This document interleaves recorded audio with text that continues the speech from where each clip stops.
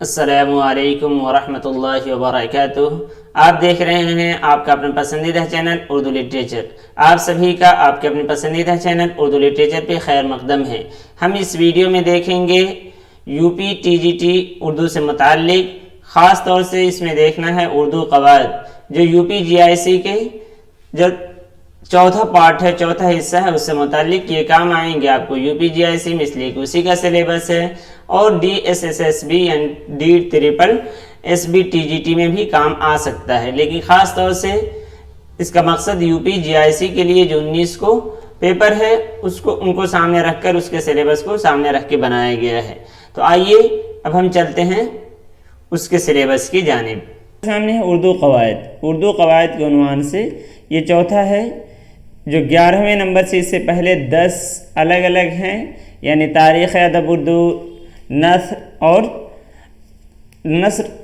اور پھر نظم نگاری وغیرہ، غزل قصیدہ وغیرہ سے متعلق۔ تو یہ 11 نمبر پہ ہے اردو قواعد۔ اس میں جو الف ہے، الف اس سے متعلق اسم، ضمیر، فعل، صفت، حرف اور اس کی قسمیں، ہم لوگ قواعد میں اسی کو دیکھیں گے۔ اس سے پہلے اس سے متعلق جو استعارہ، تشبیہ، مجاز مرسل، کنایہ، اس کی بحث اس سے پہلے ہو چکی ہے۔ اس کے علاوہ جو یہ ہے صنائع بدائع، خاص طور سے یہ صنعتیں جو ہیں اس سے متعلق ویڈیو بن چکی ہے، آپ جائیں گے پلے لسٹ میں تو U P T G T کے عنوان سے پلے لسٹ میں مل جائیں گے۔ تو ابھی ہم اس ویڈیو میں اس کا مختصر دیکھیں گے، اس کے روٹ میں پہنچیں گے، اس کی بنیاد پہ پہنچیں گے اور اس کو سمجھنے کی کوشش کریں گے۔ اس کے بعد اگلے ویڈیو میں ایک ویڈیو میں اسم کی تفصیل ہوگی، ضمیر کی تفصیل ہوگی، فعل کی تفصیل ہوگی، صفت ان کو تفصیل ان سے دیکھیں گے اور حرف کو بھی تفصیل سے دیکھیں گے۔ تو آئیے ہم کچھ مختصر سمجھ لیتے ہیں۔ جیسا کہ ہم جانتے ہیں، جب زبان کا لفظ آتا ہے، کوئی بھی زبان، لینگویج جسے ہم بولتے ہیں، اردو میں لسان بولتے ہیں، یہ جب لفظ آتا ہے تو عام طور پہ جب زبان شروع ہوتی ہے تو وہ بولنے والی زبان ہوتی ہے۔ اس لیے زبان کی اگر تعریف مختصر کرتے ہیں تو آوازوں کے مجموعوں کو کہتے ہیں۔ آواز کا مجموعہ جس کے ذریعے سے ہم اپنے مافی ضمیر کو سامنے والے تک، جو ہمارے دل میں ہے، وہ سامنے تک پہنچا سکیں۔ تو اصل جو ہے وہ آواز ہی ہوتی ہے۔ پھر اس آواز کے لیے، آواز کو شکل دینے کے لیے، آوازوں کو تحریر شکل میں لانے کے لیے ہم حرف سے کام لیتے ہیں، جسے انگلش میں لیٹرز بولتے ہیں اور ہندی میں اکچھر بولتے ہیں۔ اور انہی حروف کے ملنے سے، حروف کے مجموعے کو کہیے، گروپ آف لیٹرز کہیے یا اکچھروں کے سموہ کہیے، تو اس سے لفظ، شبد اور ورڈ بنتا ہے۔ اب یہ جو لفظ بنے گا، حروف کے ملنے سے جو لفظ بنے گا وہ دو طرح کا ہوگا، یا تو اس کا کوئی معنی ہوگا، وہ لفظ جو ہے وہ اپنا معنی دے گا، تو اس کو بولتے ہیں موضوع، یعنی وہ اس معنی کو، موضوع کے معنی وضع کیا گیا ہو، بنایا گیا ہو، یعنی اس لفظ کو وہ معنی دینے کے لیے بنایا گیا ہے، اس لیے اسے موضوع کہتے ہیں۔ مہمل یعنی جس کا کوئی معنی نہیں ہے، یعنی لفظ تو جیسے دیکھیے زبان، زا، با، الف، نون، یہ یہاں پہ ملے اور یہ ایک معنی دے رہے ہیں۔ جو آپ کو زبان لفظ سنتے ہی یا تو آپ کو ٹنگ یاد آتا ہے، یعنی جسے آپ ٹیسٹ کرتے ہیں، یا جس کے ذریعے سے آپ اپنی مافی ضمیر، اپنی دل کی بات دوسروں تک پہنچاتے ہیں، تو وہ مفہوم آتا ہے۔ لیکن اگر ہم کہتے ہیں بزن، بزانا، تو یہ بھی کیا ہے؟ حروف کا مجموعہ ہے، لیکن اس کا کوئی معنی نہیں ہے، تو یہ معنی نہیں دے رہا، تو یہ مہمل ہو جائے گا۔ تو جو بھی معنی نہ دے تو وہ مہمل، جیسے عام طور پہ اس کی مثال دیتے ہیں، جیسے چائے، وائے، تو چائے کا ایک مفہوم ہوتا ہے لیکن وائے کا کوئی مفہوم نہیں ہوتا، لیکن وہ استعمال ہوتا ہے۔ اب یہ جو موضوع، یعنی جو کسی لفظ کو، کوئی لفظ ایسا ہے جو کوئی معنی دینے کے لیے بنایا گیا ہو، اس کو ہم کلمہ بولتے ہیں۔ کیا بولتے ہیں؟ کلمہ بولتے ہیں۔ تو کلمہ کہیں گے وہ لفظ جو کوئی معنی دینے کے لیے بنایا گیا ہو، جس کا کوئی نہ کوئی مفہوم ہو، تو اس کو کلمہ کہتے ہیں۔ تو کلمہ آپ لوگ بار بار سنے ہوں گے، تو لفظ موضوع کا ہی دوسرا نام ہے۔ تو یہ اگر پوچھ لیا جائے کہ کلمہ کا دوسرا نام کیا ہے، تو موضوع آپ کہہ سکتے ہیں۔ اب اس کی قسمیں کتنی ہیں؟ تو الگ الگ اعتبار سے، جیسے انگلش میں جانتے ہیں تو پارٹس آف اسپیچ آ جاتی ہے، تو آپ جانتے ہیں عربی میں لیکن 3 ہی ہیں، عربی میں 3 ہے، جس کو بعض اردو قواعد نگاروں نے بھی لیا ہے، یعنی 3 قسمیں قرار دی ہے۔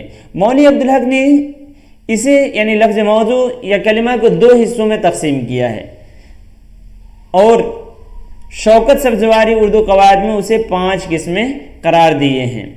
حالانکہ جب مولوی عبدالحق جو ہیں وہ آگے جب کرتے ہیں تو وہ قسمیں پھر بڑھ کر مستقل کی 5 قسم ہو جاتی ہے اور ایک غیر مستقل کی، یعنی اس طرح 6 قسمیں، یعنی اگر صحیح کہا جائے تو کلمہ کی اردو میں 6 قسمیں ہوتی ہیں، لیکن اگر پوچھے کہیں آئے تو 5 قسمیں بھی دے سکتے ہیں، جیسا کہ یہ ہے شوکت سبزواری نے لکھ رکھا ہے، اور اگر 3 بھی اگر کہیں آئے تو 3 بھی دیا جا سکتا ہے، یعنی اسم فعل اور حرف۔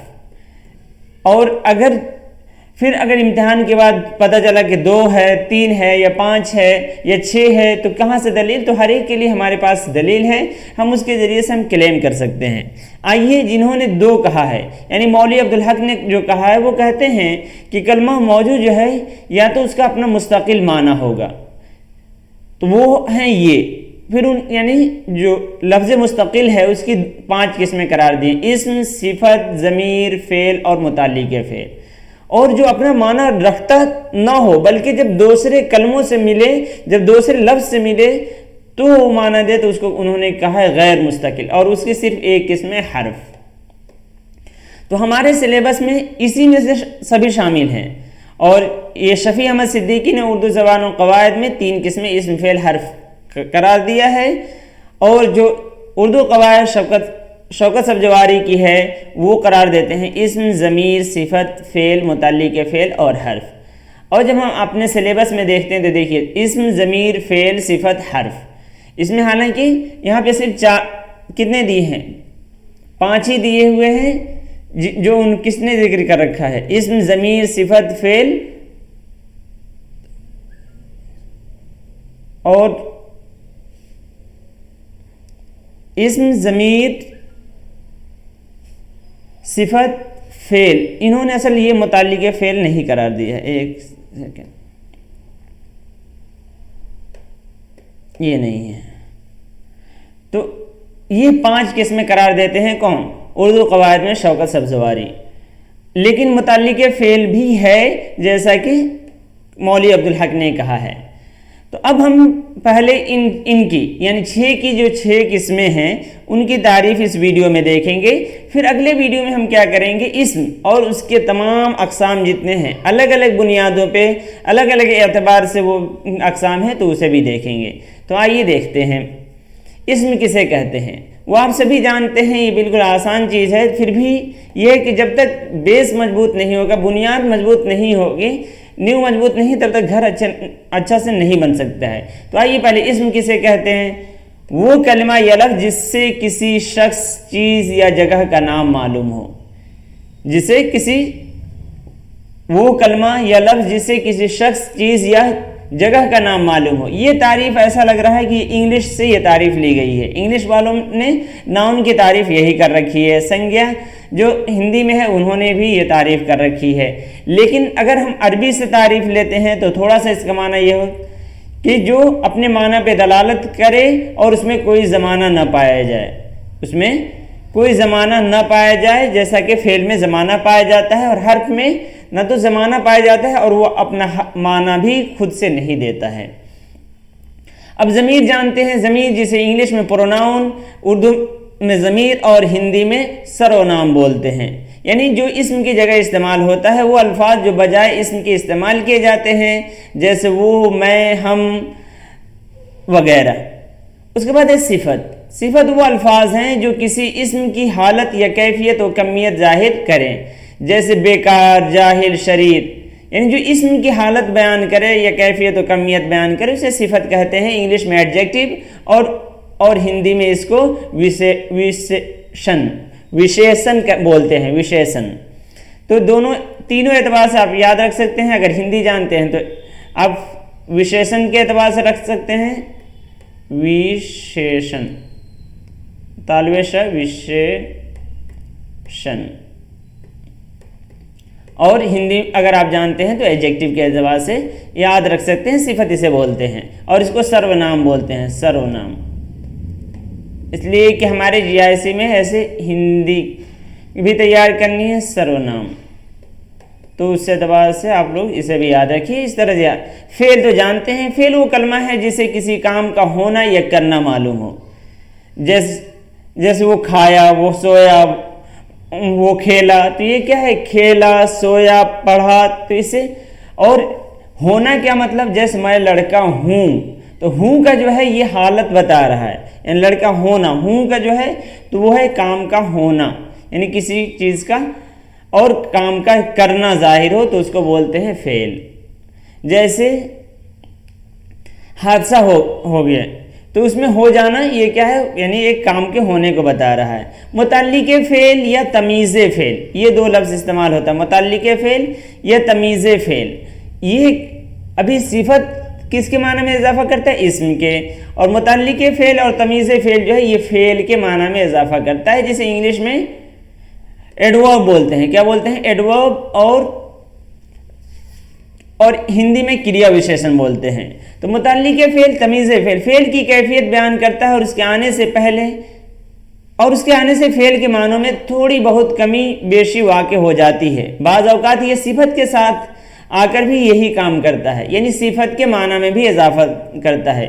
متعلق فعل کے معنی میں بھی اضافہ کرتا ہے اور صفت کے معنی میں بھی۔ جیسے ایڈورب جو ہے وہ کیا کرتا ہے؟ ناؤن کے یہ ورب کے معنی میں بھی اضافہ کرتا ہے، adding the meaning to adjective and verb also, یعنی دونوں میں اضافہ کرتا ہے۔ اسی طرح متعلق فعل کا بھی کام ہے، بعض اوقات یہ صفت کے ساتھ آ کر بھی یہی کام دیتا ہے۔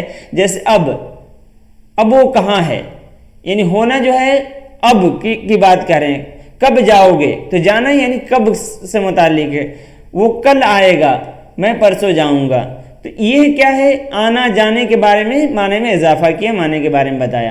اب یہ آخری قسم بچ گئی حرف، وہ الفاظ جو دو اسموں یا دو جملوں کو آپس میں جوڑنے کا کام کرتے ہیں، تنہا بولنے یا لکھنے میں اس کے کوئی معنی نہیں نکلتے۔ مثلا تک، لیکن کہ مسجد تک، تو ایک معنی ہو گیا، مسجد تک جاؤں گا، پر کا کوئی مفہوم نہیں ہے، لیکن جب اس دو اسموں سے ملے یا اسم فعل سے ملے گا، ٹیبل پر کتاب ہے، تو جب اس کے ساتھ پھر سے، کو، نیچے، اوپر وغیرہ جو ہے یہ صرف حرف ہے۔ تو اس طرح ہمیں معلوم ہو گیا کہ کلمہ جو ہے ہماری اس میں ہے تو ان کی تعریفیں کیا ہے۔ تو ابھی تک تعریفیں پڑھیں ہیں، اب ایک ایک کی اقسام پڑھیں گے، اور اس کے نیچے جو یہ دے رکھا ہے ثنائے و بدائے، اس کے لیے جو دوسری ویڈیو اسے اچھی طرح دیکھیے۔ پھر بھی اگر اس میں سمجھنے میں کچھ مشکل آئے، ان سب کے سمجھنے میں کہیں بھی کچھ مشکل آئے تو مزید آپ لوگ کہیے گا، اس پہ بھی ویڈیو بنا دی جائے گی۔ ایسے اس پہ دو ویڈیو ہے، ان دونوں کو دیکھنے کے بعد یہ مکمل ہو جائے گا۔ اس کے علاوہ یعنی جو اور حصے ہیں، پہلے، دوسرے، تیسرے حصے ہیں، کوشش یہ ہوگی کہ اس میں سے بھی جتنا مجھے وقت مل سکے گا آپ لوگوں کو پیش کرنے کی کوشش کروں گا۔ تب تک کے لیے دیجیے اجازت، اللہ حافظ۔